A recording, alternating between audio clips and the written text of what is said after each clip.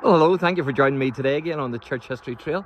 You're very welcome to the programme, and what you're looking at here is Red Hall Estate, and of course Red Hall Estate is close to BALLYCARRY, so you can see the lovely countryside. Absolutely beautiful.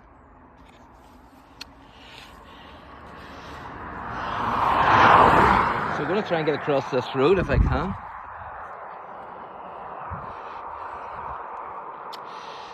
So the Edmonstone family moved to County Antrim in the north of Ireland from Scotland, largely for financial reasons. Red Hall itself actually dates from the 16th century. John Dalway arrived in Ireland in 1573, and in 1609 William Edmonstone of Duntreath, I think it is how you pronounce that, in Scotland, he purchased the estate from Dalway. So Red Hall was probably an Elizabethan tower house originally, and the tower house would have replaced, of course, the 12th century moat and bailey, which still actually sits in the landscape just 400 yards from the house as the guardhouse. So this is the gatehouse that you're looking at.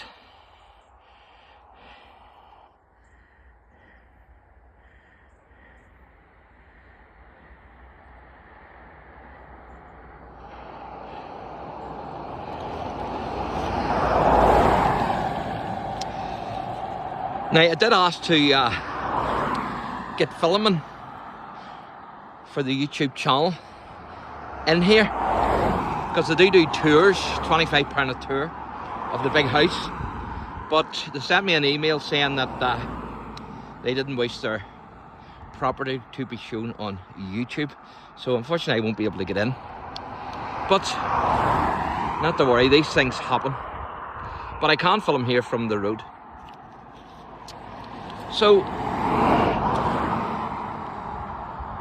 it was William who expanded the mansion house, and during the rebellion of 1641,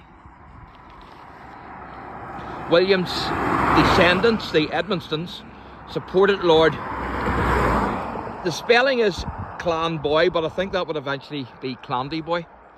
So they supported him against the insurgents. So I'm going to try and get across here.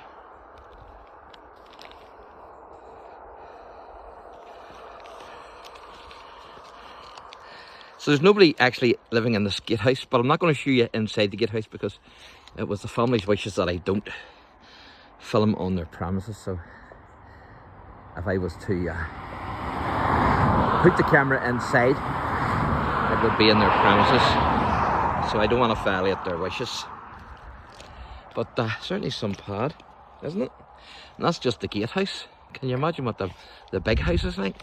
The manor house? You can hear somebody shooting over there. Hope they're not shooting at me. Hope it's not the Jacobites and the Williamites. Now, during the Glorious Revolution of 1688, Archibald Edmonstone, he raised an independent regiment of 300 foot amongst his tenants and his neighbours in the north of Ireland to fight for King William's army. Now, Colonel Edmonstone, he actually garrisoned the big house here at Red Hall.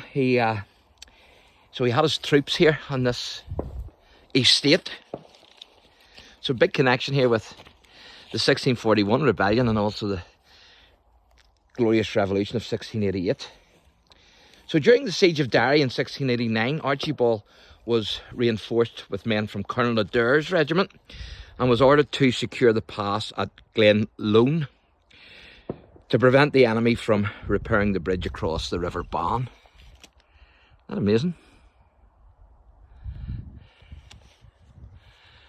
I like the castellated part of it.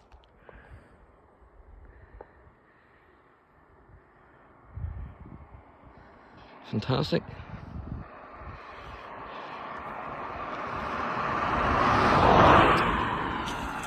Now, the weather was extremely wet, and fighting in a muddy trench in water up to his knees, he caught a very bad cold.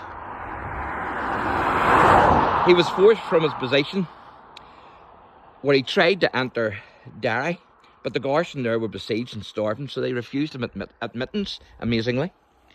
And then, struggling on, and by now extremely ill, he managed to reach the fort at Culmore, where, knowing his days were coming to an end, he knew basically that he was dying. He asked if he could be buried in Strathblane Church in Scotland. He was only 51 years of age when he died.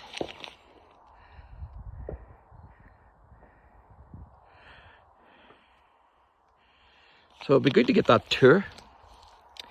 Now, in 1945, Red Hall Estate played host to the 3rd Infantry Brigade, and that was of the Belgian Army. So it was. And in 1941, Red Hall had been a base for the South Nats Hussars.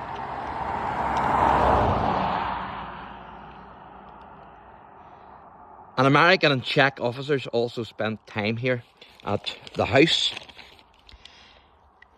So fantastic, big connection with the war as well. And so the old mill on the Red Hill Estate was used to house the American troops. So fantastic.